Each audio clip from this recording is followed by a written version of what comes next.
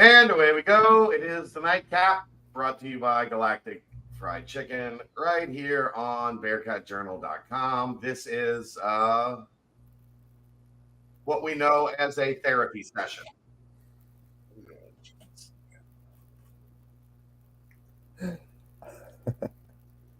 What a mess. There we go. Everything organized. Sorry. This is hard to do without air. I need to teach you how to do all the back end stuff, so I can talk. All right, there we go. I think I got most of it ready. We're waiting for people to get in here anyway. Well, Keegan, we'll do the ad first. Okay. www.galacticfriedchicken.com. Download the app. Go to the app. They will bring it right to your front door, pretty much anywhere inside the 275 loop. And if not, make it down to Dayton, Kentucky, Wednesday through Sunday.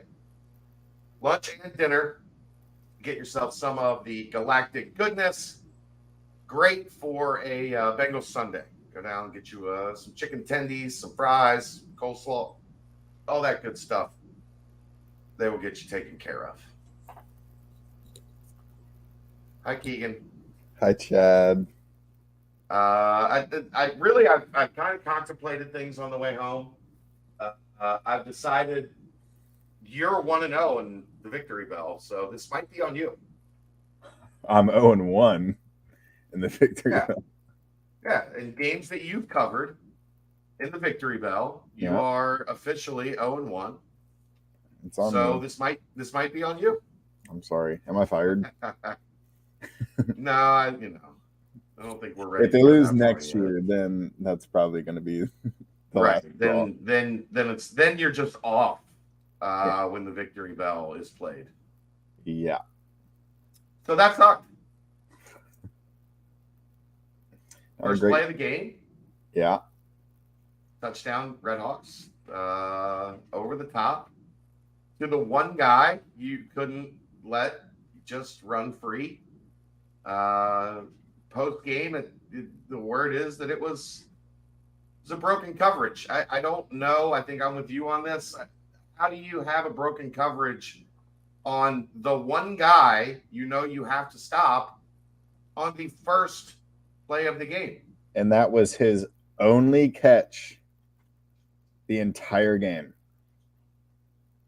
So was a fumble, a handoff? Yes, it was like an end around. I was thinking on the way home what to relate that to and how to paint a picture of what like not covering him is relative to. But just leaving him in man coverage to sprint down the field. That's what I'm saying. I'm saying like it would be similar to base is empty. Someone shows the bunt before the pitcher even throws the ball. And instead of the third baseman charging in, he runs to the left field fence. And then just gives you a single. Because I need to break down the film and I need to watch the tape on that first play because that's the only play I'll watch. Maybe the blocked field goal because that's the other part of it is you played awful, but you still had a chance to win the game at the end if that field goal isn't blocked. But I don't think they had another person on that side of the field. Deshaun Pace was stunting on the right edge, and then he dropped back to cover the middle of the field. I don't know where Miami's going to beat you in the middle of the field on the first play of the game. And then, I mean, I watched the UMass tape. It was one read, it's not there, chuck it, single coverage. I do not, for the life of me, understand how someone can just leave him completely alone on the other side of the field. And they talked a lot about red zone, but you gave them a 7-0 head start. Yeah. You gave them a head start. You said, we're going to hand you 7 points, and then we have to respond. So, and it was Justin Harris, which I don't know what it looks like. Jordan just lines up on the left side of the field. He's not shadowing their best receiver. But if Jordan Young is your A1 corner, it would make sense, I feel, for him to be on the A1 receiver. The only thing I would say that makes sense is if they planned on doubling him, which clearly they did the rest of the game. It's, as Satterfield mentioned, it was a big reason why so much of the field was wide open for Gabbard on scrambles, because normally a safety would be in that spot, but they had him double it, the safety clouding or doubling the number one wide receiver. So it would make sense to me, and this is just me talking through it. If you're gonna double, you put your number 2 on their number 1 and you double. Yeah, that's completely fine. And then you have Young on their other, like on their boundary guy. Mm-hmm. The weird thing I thought was I saw a couple times where they were traveling Justin Harris to guard him, where they were shifting him around and Justin. But that's the only reason I can think of as to why you would have Harris on him, would be because you were planning on doubling and you don't want to use your boundary, your number 1 guy, if you are doubling. Does that make sense? Yeah. That's the only thing I can think of. That makes perfect sense. But they didn't have safety help and they didn't have anyone doubling. Right. He was just running free. And then my thing is, as we've said so many times, he was the only person that could beat you. If you see that before the play, that it's Harris on an island with him, do you not call a timeout? Is that worthy of calling a timeout on the first play of the game? I mean, I don't know if I would call a first play of the game timeout. If they would have. Yeah. Yeah. Well, here's the other thing but here's the thing. My team ticker was on. I don't know that it's going to have any good news for me, but I plugged it back in. They answered like immediately, yeah. And then they get an interception with the ball at the 8-yard line, tied 7, and that was essentially a precursor for the rest of the night. Because let's be honest, the way that game played out, if you have 7 trips to the red zone, most of them, if not all of them, weren't all of them inside the 10? Weren't they goal to go on all 7 trips to the red zone? All of the rushes on second down that led to like 3rd and 5 were goal to go. Yeah. I know you have a problem with like trying to run the ball there. I don't have a problem line up run the ball and run down their fucking throat. I don't have a problem with trying to run the ball. I have a problem doing it 3 times a row, and then you even say in the post-game presser they ran the same defense in the red zone every time. Yeah, that's fair. So, I mean, this is another thing. Where was Peyton Singletary? Did they just identify him as their best weapon and completely take him out? Because he's been your go-to red zone guy the entire season. I would wonder if Miami did something that negated him, but I mean they tried a little bit of everything. Like they did try a bunch of stuff. Like they tried a quick slant to Xavier Henderson on the inside.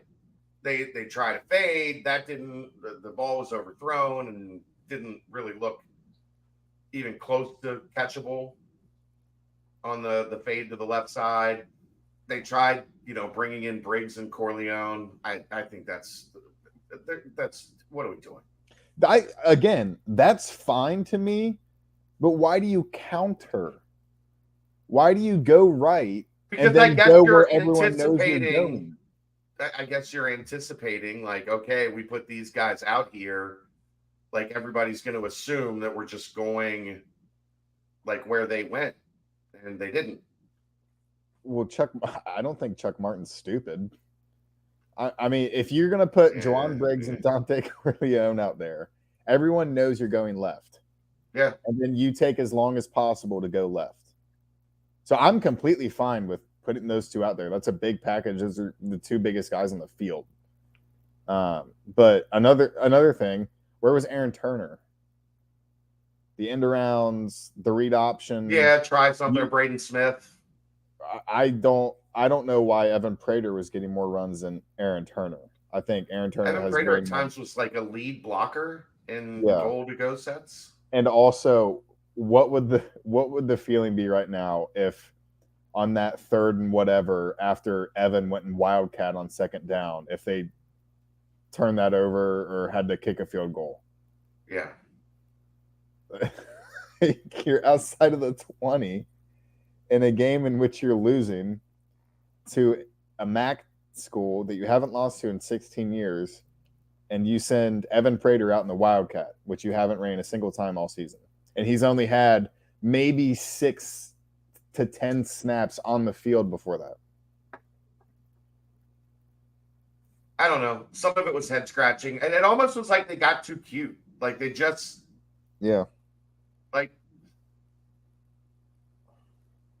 it's frustrating just because if you look statistically, and Miami flipped the statistics a little bit in the fourth quarter, but leading into the fourth quarter, Cincinnati had like 180, 200 yards more on offense.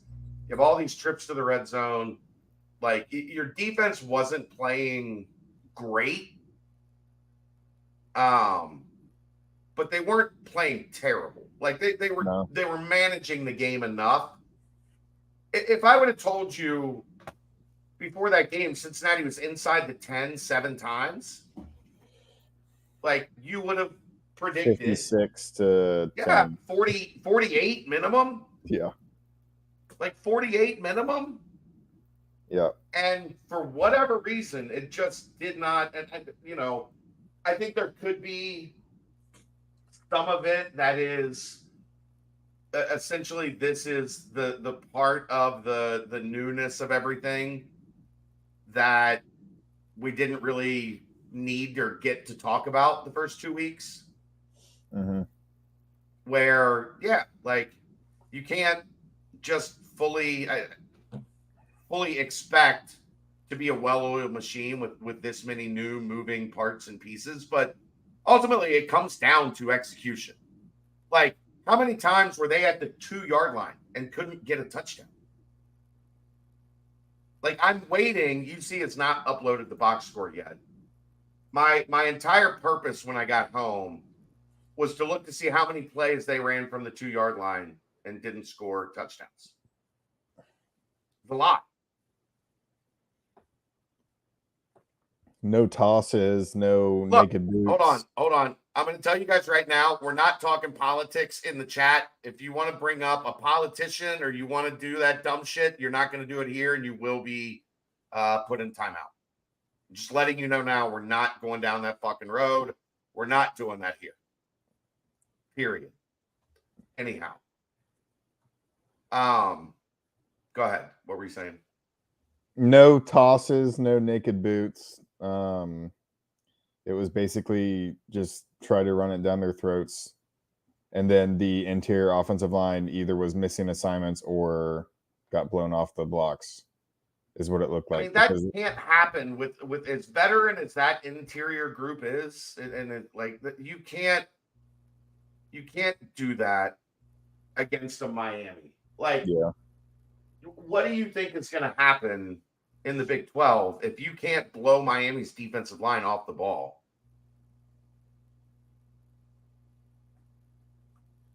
I have no idea. And then especially coming off of Pitt, when it was like they had a great game against a really, really good pass rush, and Corey Kiner just ran all over him. But, I mean, at the end of the day, I think Miami wanted it more.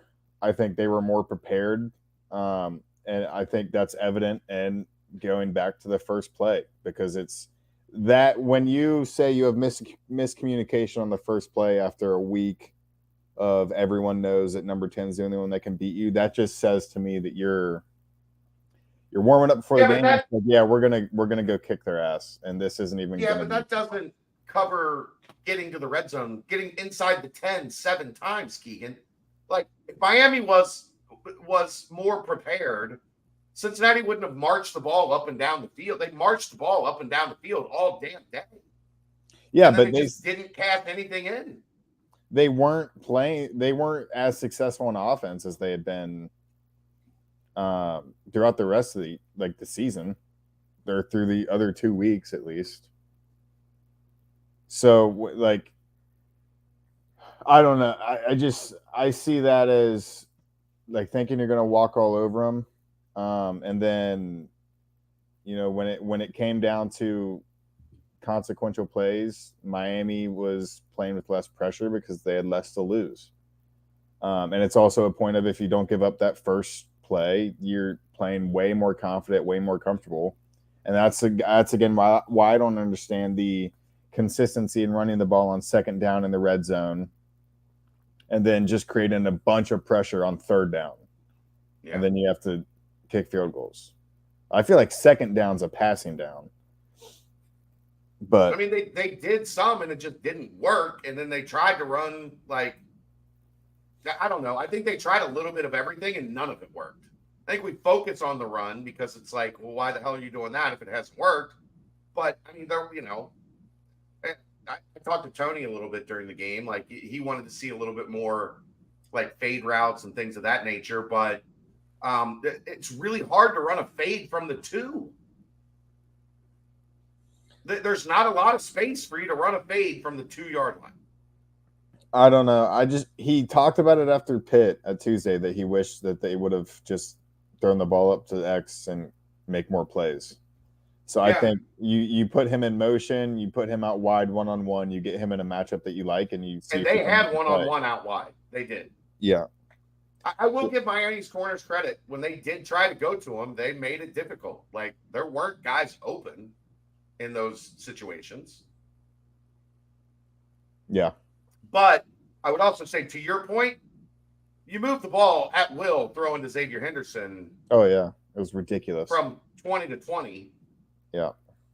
And then you don't go back to him when you're in the red zone, really. I mean, I need the play-by-play, and I'm still waiting for the box score to show up in the post-game stuff. But I don't know. It's frustrating because that should have been a game that they controlled. And it's the quintessential, right? Like, what happens when you just let a team hang around? And they let an inferior team hang around. And I mean, I know we joked it was a one-man show. In reality, it was a 2-man show. They shut down one of them. The other was shutting down Gabbard, which they did a poor job of. I mean, he torched them on multiple, like, high leverage down and distance. And for chunks. Not like, oh, he got 6. Like, oh, he's in the middle of the field and there's nobody within 30 yards of grass from him. Like, when he would break through the line, it was like this. Yeah. And it's not like Miami's some team that, like, loves to just throw it down the field to more than one guy. It's one guy. Mm-hmm. Double him. Like, you still should be able to have somebody somewhere in the vicinity. But I guess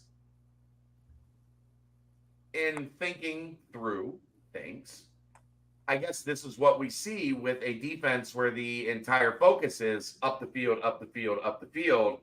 If you do take that box safety away and you're using that box safety to do what they did, then everybody's going up the field and the box safety is going with Miami's top receiver. And it just left a gaping hole in the middle every time, as long as he got through the A or B gap. And that was the thing. He was going straight. Like, it wasn't outside and around. He was just 1, 2, 3. If it wasn't there, right through the A gap into the open field, and there was nobody anywhere close. And then the red zone possession after Brian Threat's interception. That was another thing, and that's why I asked Satterfield after the game if he saw Emery get too run happy, because he had a Patrick Mahomes to Kelsey just touch pass to either receiver standing in the end zone. We're not comparing Emory Jones' creativity to Patrick Mahomes. Like, let's. But I'm saying if you're looking downfield, if you're running for a touchdown, you're running for a touchdown. Patrick Mahomes is the only guy on the planet that is running for a touchdown, stops on a dime 1 yard or 1 foot before the line of scrimmage and does one of these. Keegan. He was a good 3 or 5 yards from the line of scrimmage, and he made had the decision to run. Yes, and he was stopped. Then they go for it on 4th down. They get stopped and they turn it over. But he had multiple receivers in the end zone just toss it to him. It was a pass play to begin with. It wasn't some like RPO. Yeah, and then he made the decision to run. Yes. And then he did 8 more times throughout the rest of the game in the red zone, and it didn't work. Except for the QB draw. That was a very, very good play. And that's why I say if he doesn't get that after the 2nd down Wildcat play, this is a very different tone. And it's already bad. This tone is already bad. It's already bad. Look, you can't lose to Miami. You can't lose to Miami in a situation where you should have had 50 points on the board. Like that's the ultimate thing that the defense didn't hold up the way that the defense should hold up, but you were in a position to score a shit ton of points, and you go into overtime tied at 24. Like that can't happen. Mm-hmm. What, a turnover on downs, a blocked field goal that we'd be having a different conversation where we'd be, Elliot, chill the fuck out. 6 in a row. Zebra, relax. We're having a very different conversation. We're having a conversation that's like, look, that was bad, but they won, and they should have. And I'm sure there will be questions on Tuesday about like, what did you see on the point after? Like, what was there anything that should have been done different? Because the guy farthest out was unblocked. Like, he just unimpeded got a chance. Did you think your mechanics, like the operation, would be faster than the guy all the way out, to the farthest point getting there? I don't know. Like, that's a question we'll ask on. It's one of those things, like, everybody wants us to ask this stuff like in the moment. Until they go back and look at the tape, they're not going to give you a good answer on that. But what are they going to say? I'll have to go back and look at the tape. Like, it doesn't do us any good to ask that in the moment, unfortunately, because you're just going to get a dead-end answer that doesn't tell you anything.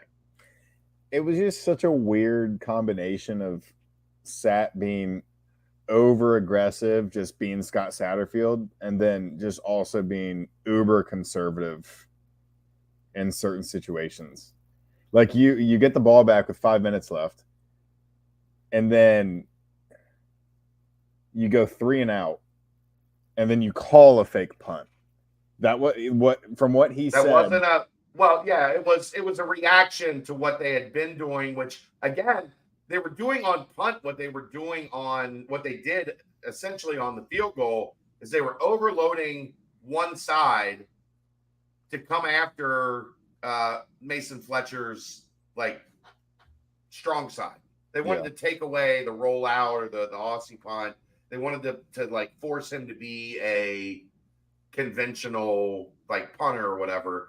So they were overloading that side, and then he decided to call the fake, which goes to the opposite side where they didn't have the numbers. I mean, basically, essentially, it's just playing a numbers game.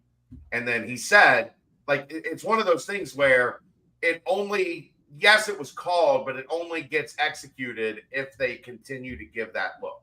Like, if they had lined up in a normal look, then you just punt. Mm-hmm.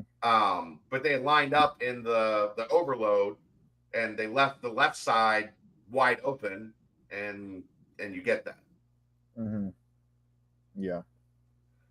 It was it's just so it was so confusing. But I mean, I I like that he kept his aggressive nature and he stayed true to who he was. It's just I have no idea what the red zone was, and I have no idea what the first play was, and I'll go to sleep thinking about it.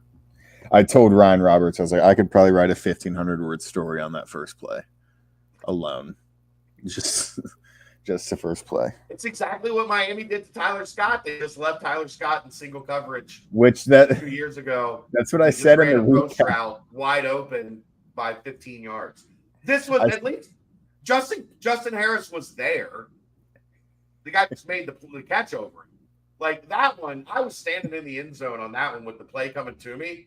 Tyler Scott, there wasn't anybody in the zip code. yeah, Tyler Scott running free. But Justin Harris is not like you don't leave a guy to the field, to the wide side with nothing over the top on the first play. Like you just. he also stumbled a little bit from what I saw, like in his pursuit of the receiver when the ball's in the air. And now that I'm thinking of it, I'm picturing him like he's in coverage and then he turns, and out of the peripheral, he says that there is no one on that side of the field to help. Grass. And he's like, oh crap. And then he realizes he has to, and then he stumbles a little bit, gives them the extra half a foot touchdown. Yeah. How long were you defensive? There was a great play to Shaman in the red zone. Maybe we could have ran that or on the 2-point conversion. Yeah, we could have ran that in the red zone. That was probably Emery's best like snap of the day. Just the pocket presence to stay in and wait for him to get open. That was very impressive. Let's call that one a couple more times. Tony, I'm not defending. Like, get out, man. I'm not doing this tonight. We don't think they should fire him, so we're defending him.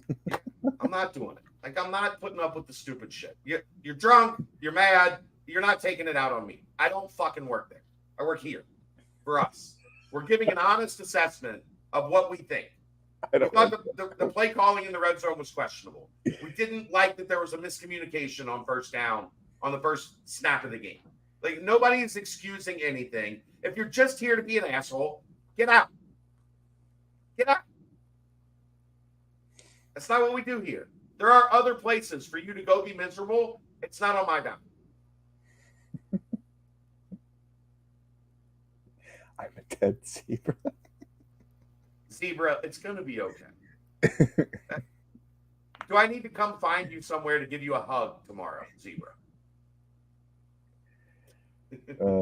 I did Ryan Montgomery. If this is like the say nice about Cincinnati, say something nice about Cincinnati segment. Ryan Montgomery had a very good game. He did. Corey Kiner and Miles Montgomery were struggling to find holes, and I don't know if the offensive line just blocked extra hard for Ryan, but it seemed that he had a lot of big cutback lanes to create some space. Yeah. Xavier Henderson keeps on showing that he's an NFL talent. His route running and catching ability is really good. Emory Jones. Do you want to see more D. Wiggins?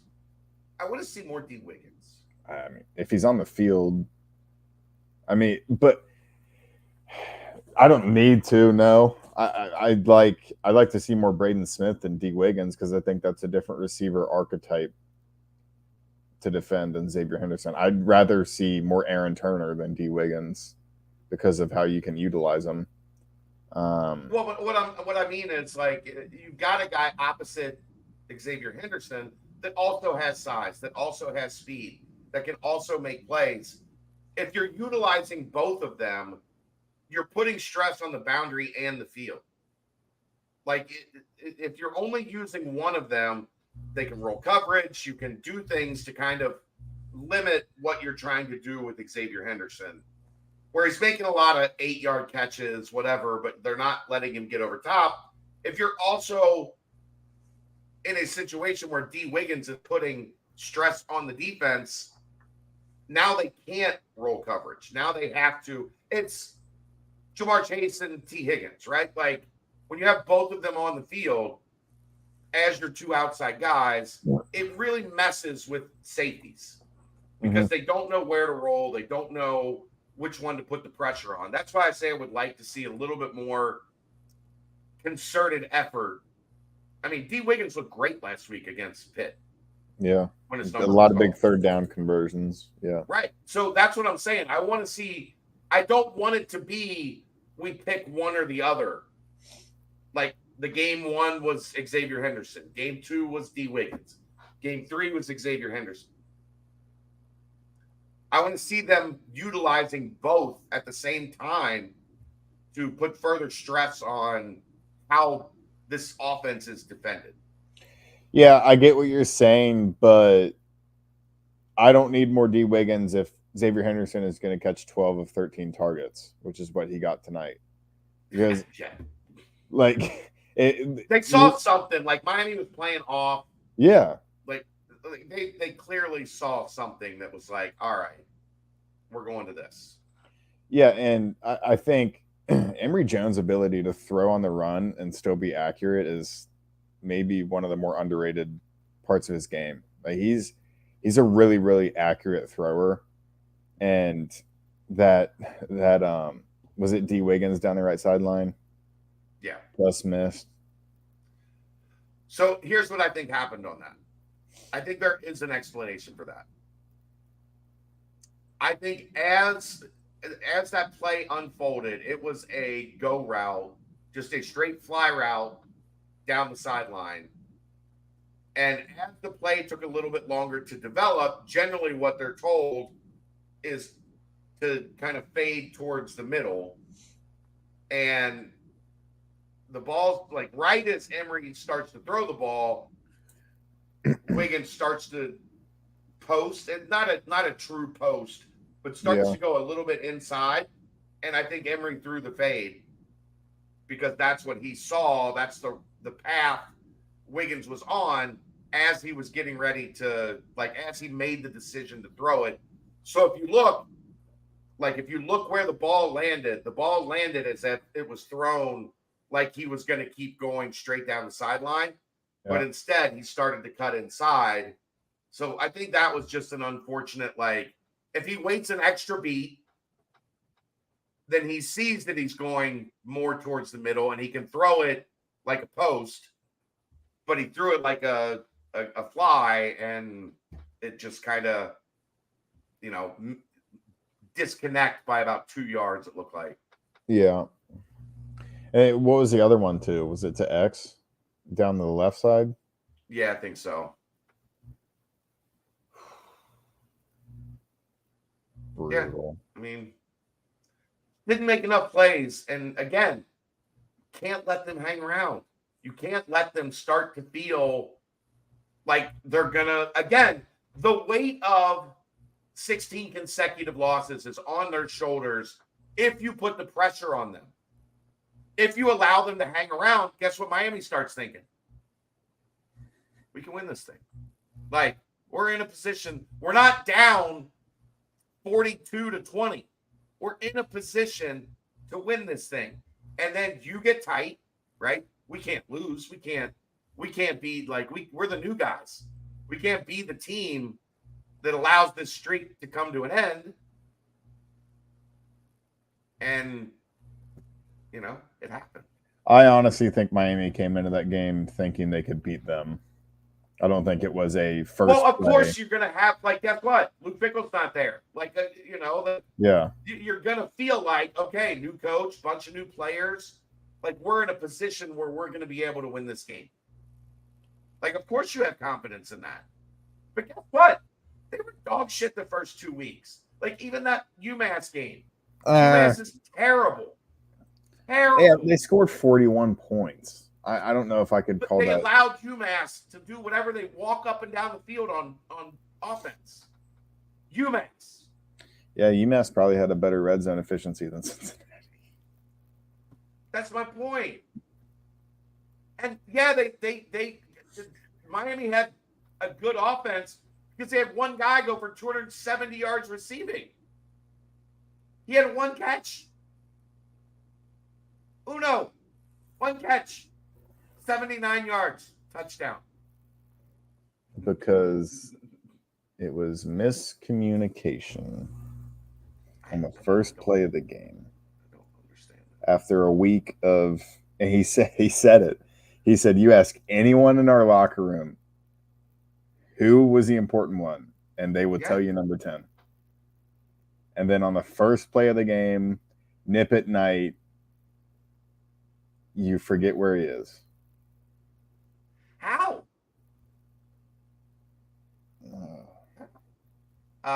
Jordan wants to know how far we think that UC will drop in the polls, and I think Andrew has the correct answer. They will go from unranked to unranked.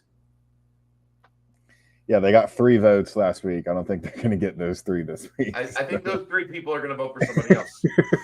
Like Colorado State, if they pull this upset off, which they're 11 minutes from doing so, and they're up 13. And up 28-17. No. Yeah, okay. They scored a touchdown. Sorry, thought it was a Super Bowl. Yeah, so I don't know. It's bad. It's a stain on Satterfield's record, definitely. I mean, he's the first coach since, was it Brian? Did Brian Kelly lose in Miami? Was it? No. I don't even know who it was. It was so long ago. It was 2006 or 2005. I think it had to be D'Antonio. Okay. I think it's D'Antonio. Or Mentor, one of the two. Yeah, because when I came up to you and said, if we're judging off first games against Miami, he's in good company because they're lining up for the field goal. And it's okay, you escaped with the win. Yeah. And then you go on and you have an illustrious career here at Cincinnati. And now you lost.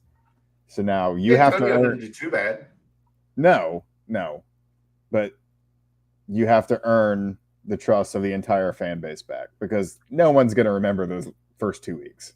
There was also a quarterback at Miami at that point in time it's okay. Yeah, and then he went to the NFL and wore a walking boot every day.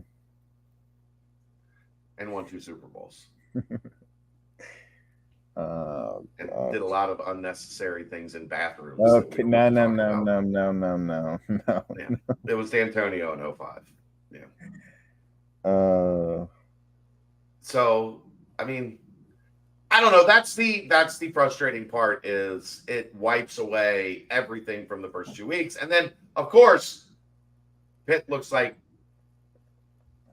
dirt against West Virginia. So now that win isn't. That win doesn't mean anything. I got to look up Jerkovich's stat line. He's probably like 6 for 38. I mean, that dude is not good. I had something that's important for podcasts is saying stuff. Yes, we do like to say stuff here. 8 for 20, 81 yards. Really? Yeah. Oh. 17-6 loss. What a disgusting game. 8 for 20 for 81 yards? Yeah. You know what? At this point, that might be the most concerning thing. What? Is that last year he threw for 300 yards against Louisville.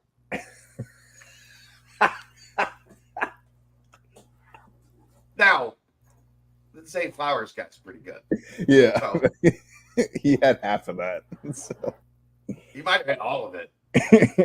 Might have had all of it. This is what I was going to say. The disconcerting thing is that all of a sudden there are a litany of question marks. When we thought we had gotten to this point with very few. The offensive line was fine. After Pitt? Before tonight. Yes. Okay. I was going to say after tonight. No. Before tonight, the offensive line was fine. Yeah. The defense was fine. I still think the defensive front is fine after the game, but the defensive backfield is a question mark, as we've gone over multiple times. They have been so like fire and ice Like they have done so many good things, and then they get into this like, okay, well we're just gonna throw it deep and watch them fuck up. I've never seen it happen to a team like it's happening to them, and it's like a new rule in college football. I don't know. No, I've seen it. The Temple this used to be Temple's offense. It's just throw it 40 yards down the sideline and pray for either like a miracle jump ball catch or a pass interference. Oh my gosh. Yeah. But yeah, offensive line, defensive backfield, especially with the pass interference calls. And then And I asked Scott about it after the game. Like, what? This is obviously something you guys are going to have to deal with because now it's on wax, as the hip hoppers would say. And didn't Justin? I can't remember if it was Justin or if Carey talked to me about it after practice. But they said it's basically 50-50. Yeah. Like you have a 50-50 shot on those plays. Teams are playing coin flips. Like it's poker. Like, okay, I got a pair of queens and I've got, 8 big blinds left. I'm just going all in. Also, we'll see how it plays out. I'll play devil's advocate for the Bearcats.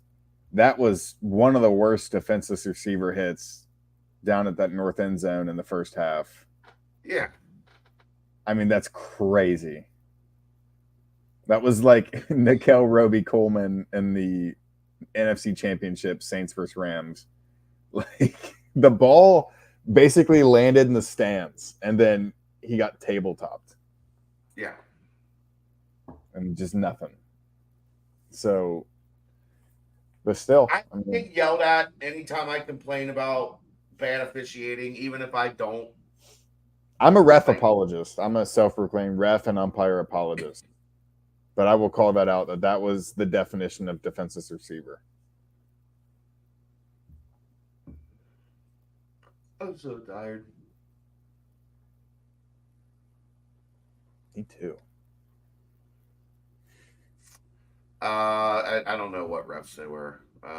They were MAC refs, I'm pretty sure. That's all I was seeing on Twitter. Brim. You know what happened during the Tuberville years? Most of the time they lost by like 50 when they lost. Like they got like dog stomped. There was a game that they just quit in the third quarter. There was like, I don't know, 30 minutes of a thunderstorm supposed to roll through, and everybody was just like, this is bad enough. It's 50-7. Like, we've got our own storm. Round it up. Let's get on the plane. Like, completely different than the Tuberville years. At least this was like they should have won the fucking game. Wow. They had a chip shot field goal while playing to win the game while playing terrible, and it gets blocked. As soon as it got blocked, I knew, like, can't recover from it. Yeah. The PI stuff. Yeah, that did well. That if you're deciding on whether or not you should say something, just don't. Okay.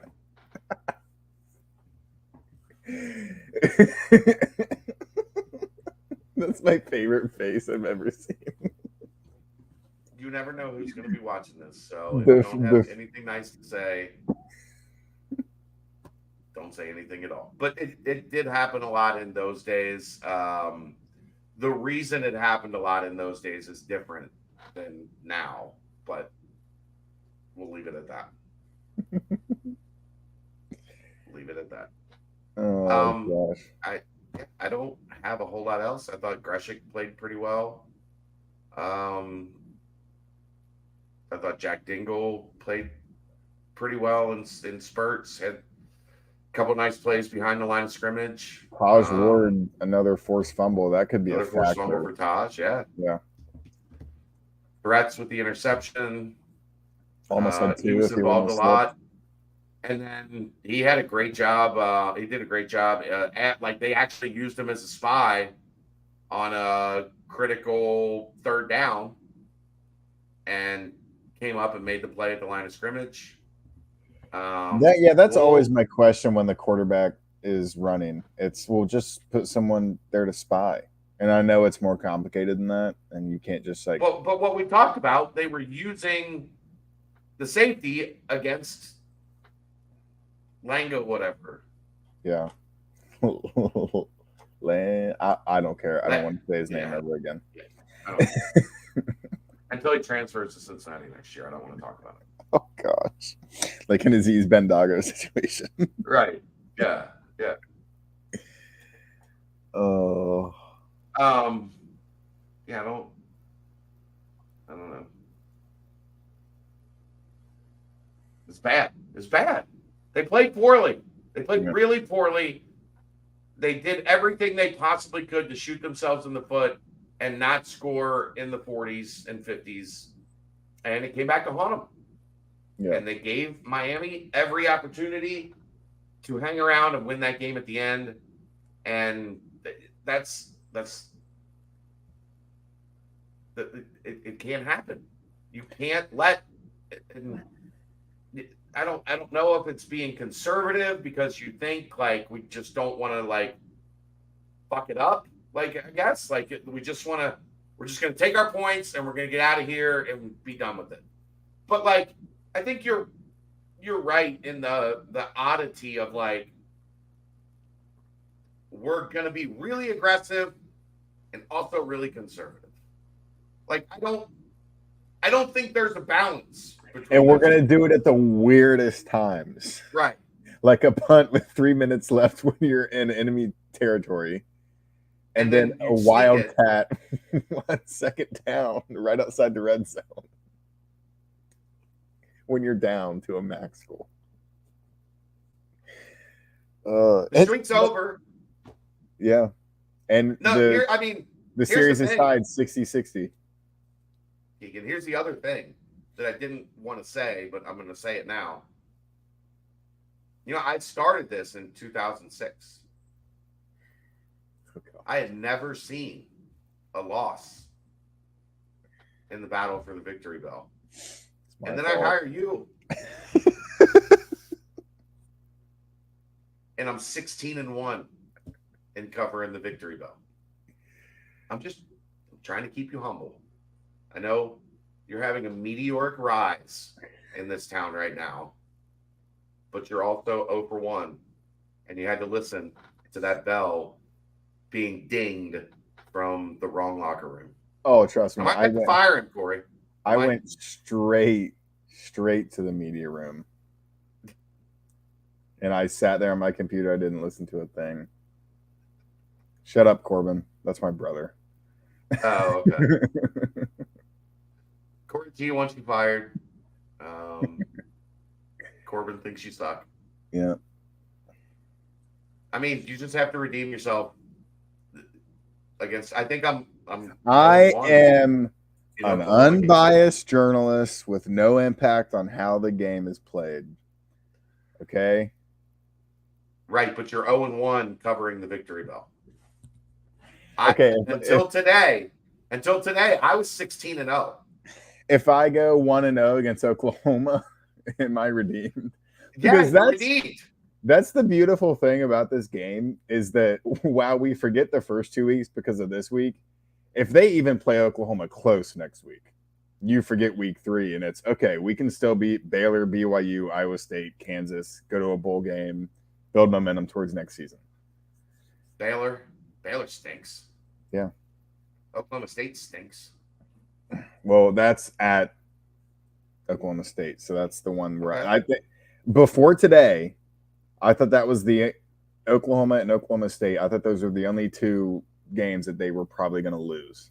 Now it's Kansas is going to be tough. I did not do a Jello shot before the game today. Do you care to answer? I'm proud of you. Did you do it? No, I didn't. Too many carbs. He did not. He turned it down. I had a Skyline slider. How was that? It was good. I wish I would have got a That's hot all? one. It was good? What? You wish what? I wish I would have got a hot one. But beggars can't be choosers. I knew that was going to make you mad. I cooked it at 2:00 at my house. You showed up at 5:30. You showed up. You wanted it to be hot 3.5 hours later? This guy's an asshole. Oh We're getting gosh. silly now. I think we're done. Mm-hmm. Cincinnati might stink. I don't know. You know what?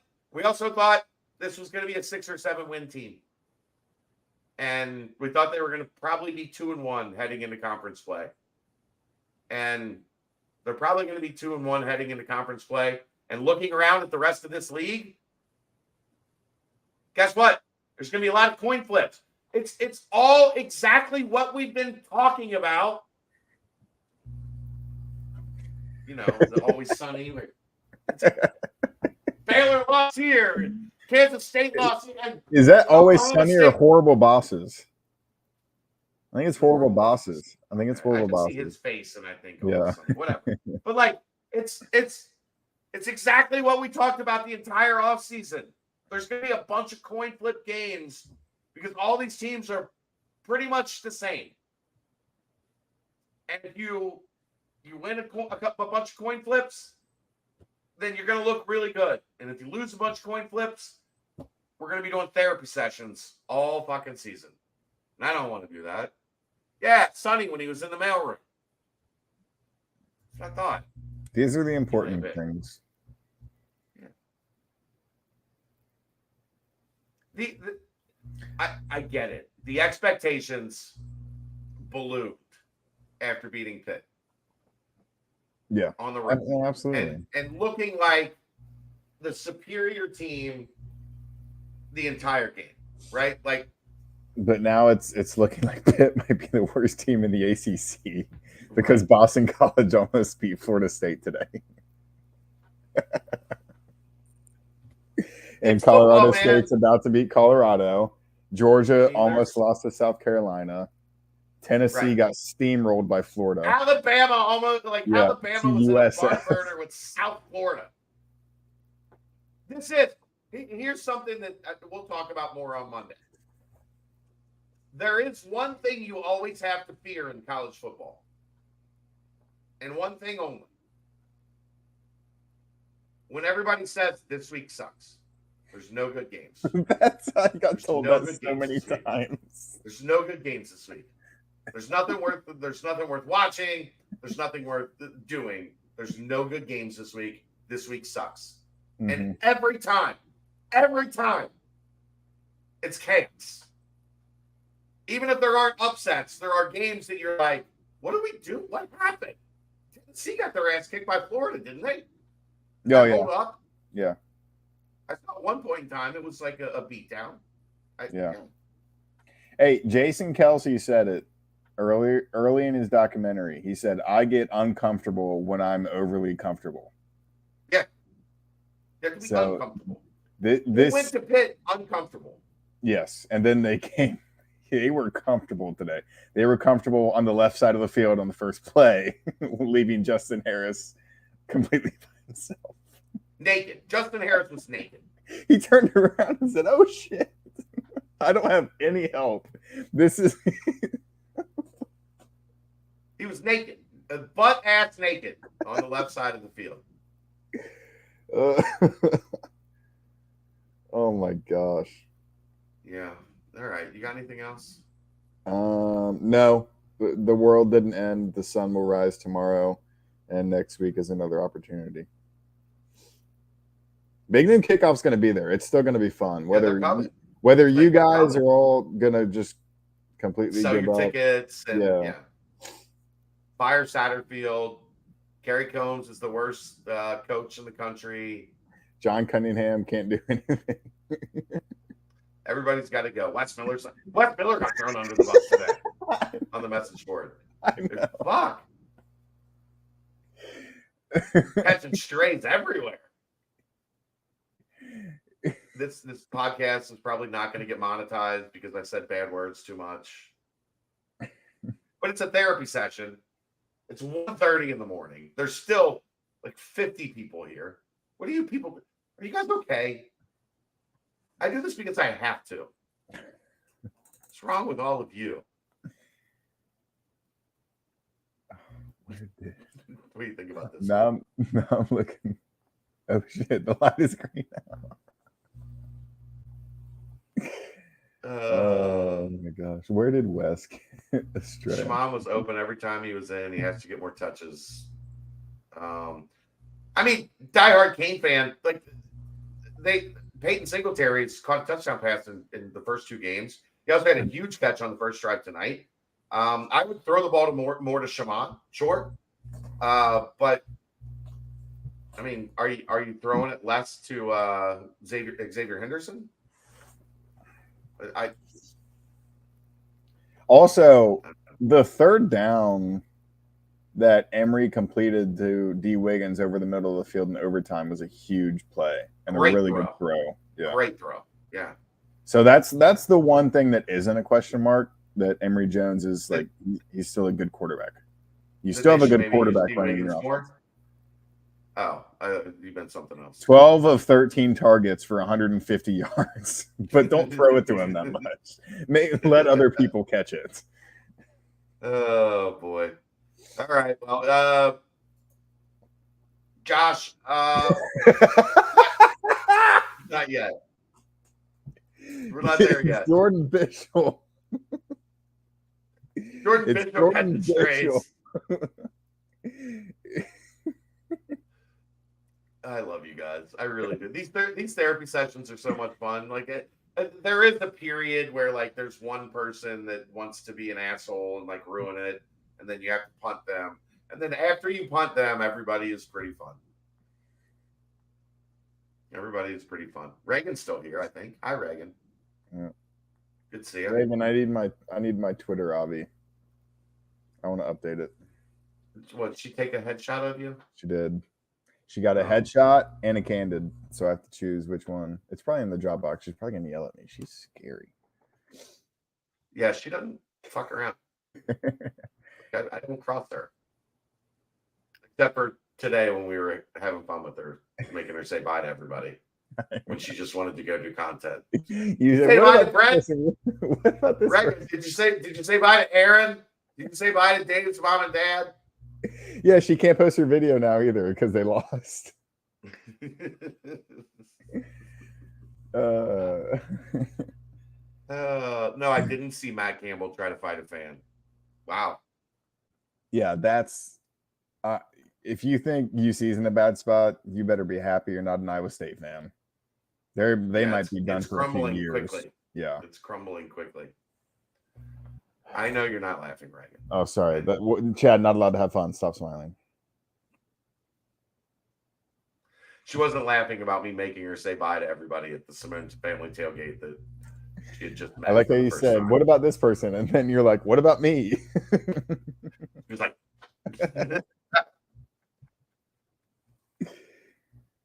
but you did like we hung out with Dana Beers for a little while tonight. Yeah. Maybe it's his fault. I told him he's not allowed to go to Oklahoma.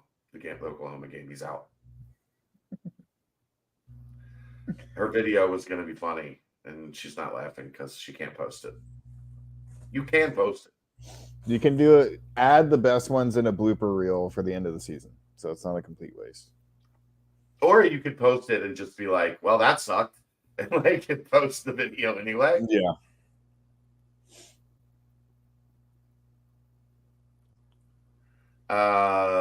So it was like, go to hell, get a job. The fan told him he was on the hot seat and Campbell had to be held back mixed style.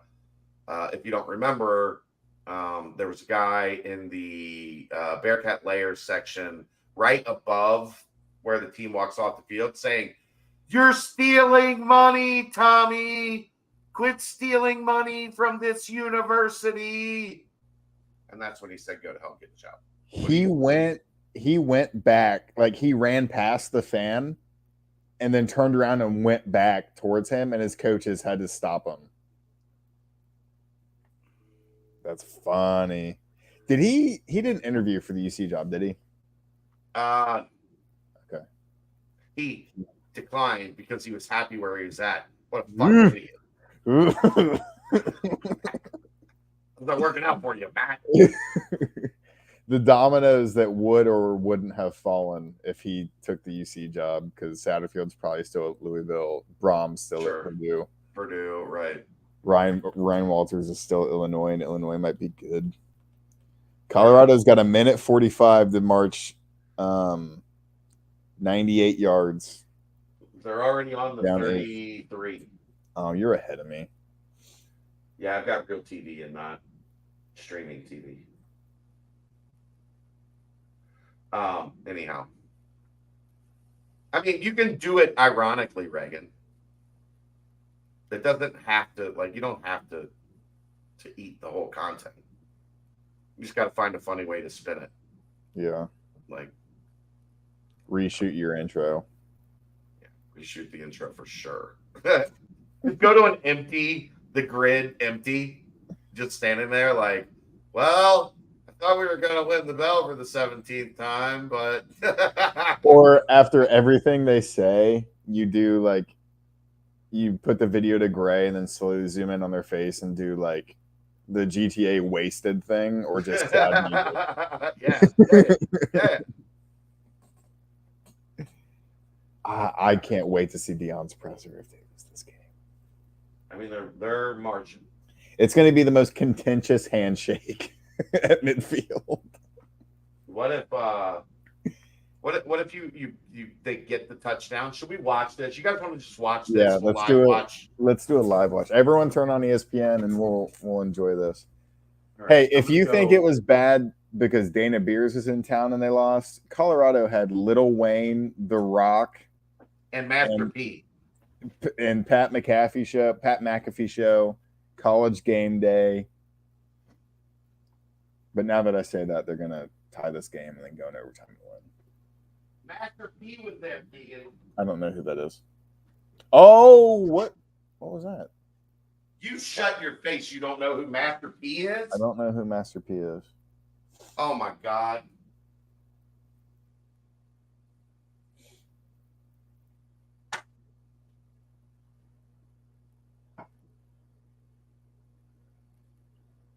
Talk. Or don't. Me talk? Okay. So Colorado looks like they had a delay of game, or there were issues with subbing. Also, we can talk about that in terms of UC. What the heck is going on with the subbing? I don't like it. Is that a new rule this year? Because Satterfield talked about it Tuesday at his radio show. So I just think that UC did this last year, and it was almost always Briggs. Every time they would sub Briggs out, he would just we've talked about this. He would essentially walk with his arms moving fast. Like he was getting off the field, expeditiously. But in reality, he was just walking with his arms moving fast. And now everybody's doing it.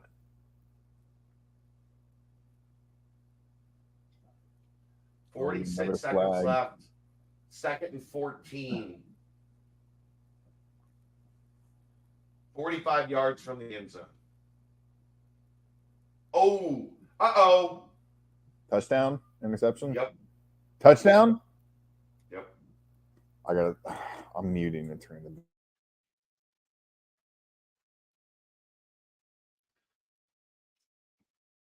Yeah, Keegan's a child. How can you not know who Master P is? It's unbelievable. All right, 36 seconds left. Colorado has to go for 2 to tie.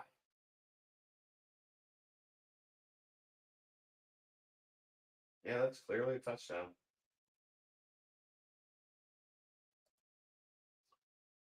Clearly a touchdown.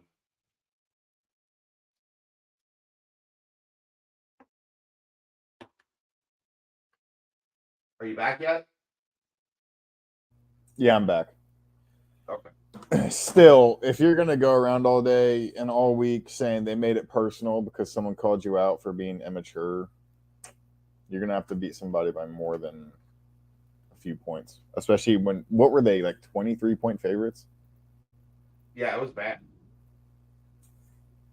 I mean, but now like we got one play. Like Colorado State can still stop this 2-point conversion and win this Yeah. game.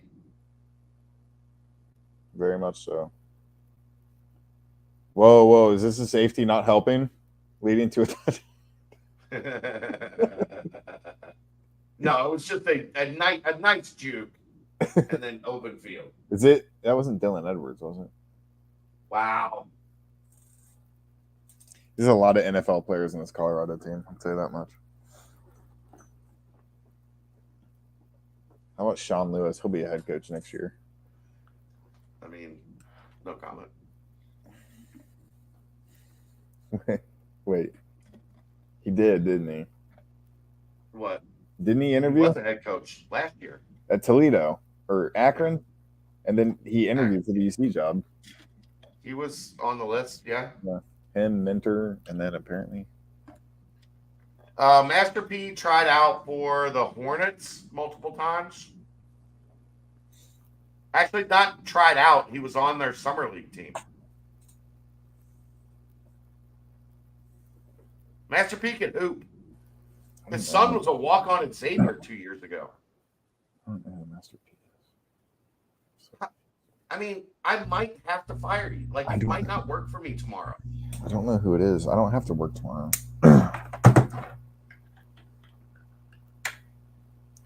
Tuesday and Saturday. They made that 2-point conversion look easy. Perfect way to cap off the day. Kickoff return. Yeah, we're just sitting here. I'm having a bourbon. Apparently, I've got to get up to take my daughter to a volleyball clinic that she can't participate in tomorrow because she has a concussion.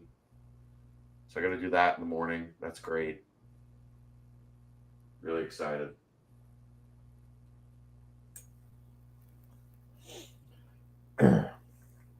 This is probably going to be the highest grossing night profit-wise on Brick Street in like the last 15 years. For sure. It's what, 2? It's 11? It's 11 there? Jed Demusey had a really good tweet. He's like, I don't care. I'm looking forward to seeing the victory bell at Brick Street tonight. I was like, oh, gosh. That's funny. Jed was texting me all night. Really? Oh, yeah. Like, Jed is a good friend of mine. Yeah. And he was like, and I just didn't respond because I didn't want to get into it with him. Be like, okay, man, you're like, it's 1-16 in the past 18 years. Like, calm down. Pipe down. But I just let him enjoy your night, you know, have your fun. Do you try to put something together here in 36 seconds? Yes, absolutely. Try to get in field goal range. Okay, yeah. For sure.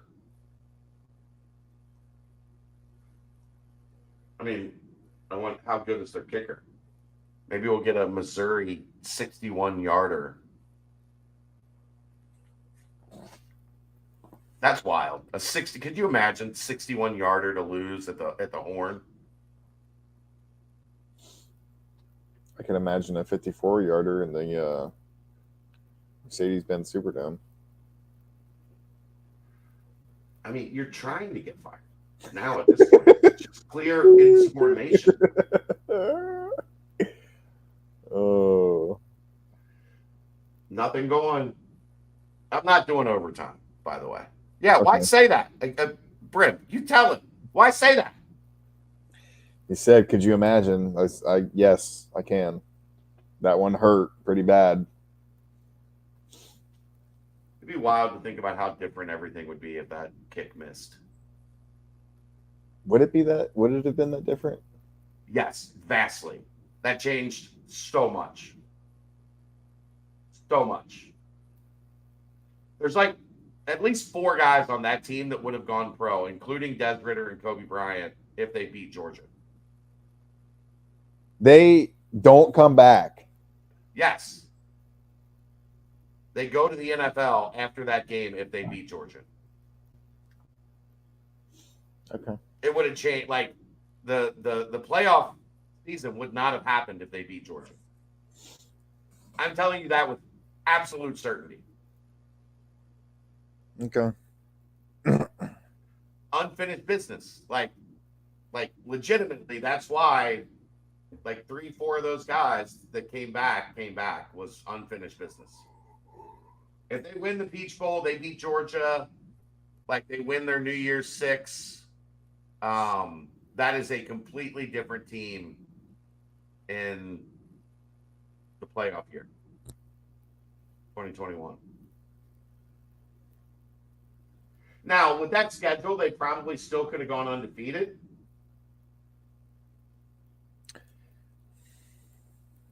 I don't know about that. What did that guy just? Why did he do that?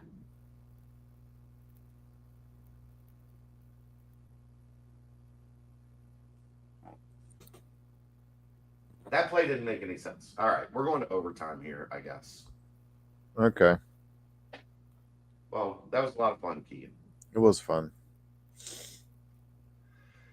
We helped the 40 or 50 people that were really struggling tonight with therapy. We had some laughs. We questioned things. We're not sure about things. That loss doesn't make a whole lot of sense. But guess what? It's a loss. And now, Oklahoma, big noon kickoff, Saturday on Fox. Dylan Gabriel returns to the scene of the crime.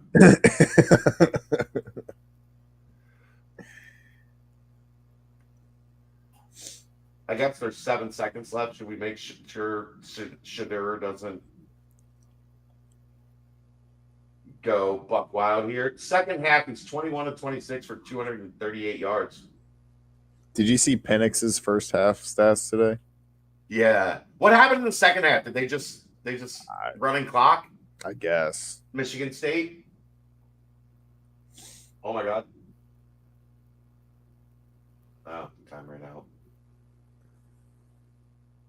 All right, that's regulation. I gotta be up in 5 hours. I'll get the bites up sometime tomorrow. I don't know when. My daughter's got me running all over the place tomorrow unexpectedly. I'll save mine for Monday then. Yeah, I don't. What a day. What a day. That's the nightcap. Thanks to all you lunatics for staying up with us late. We'll the brunch is in like 8 hours. So be ready for Dave. I can't imagine. I can't imagine Dave and Jeff tomorrow morning. Oh man. I would tune in at 10 o'clock. Yeah. We'll see you next time. That's the nightcap brought to you by Galactic Fried Chicken. Right here on BearcatJournal.com.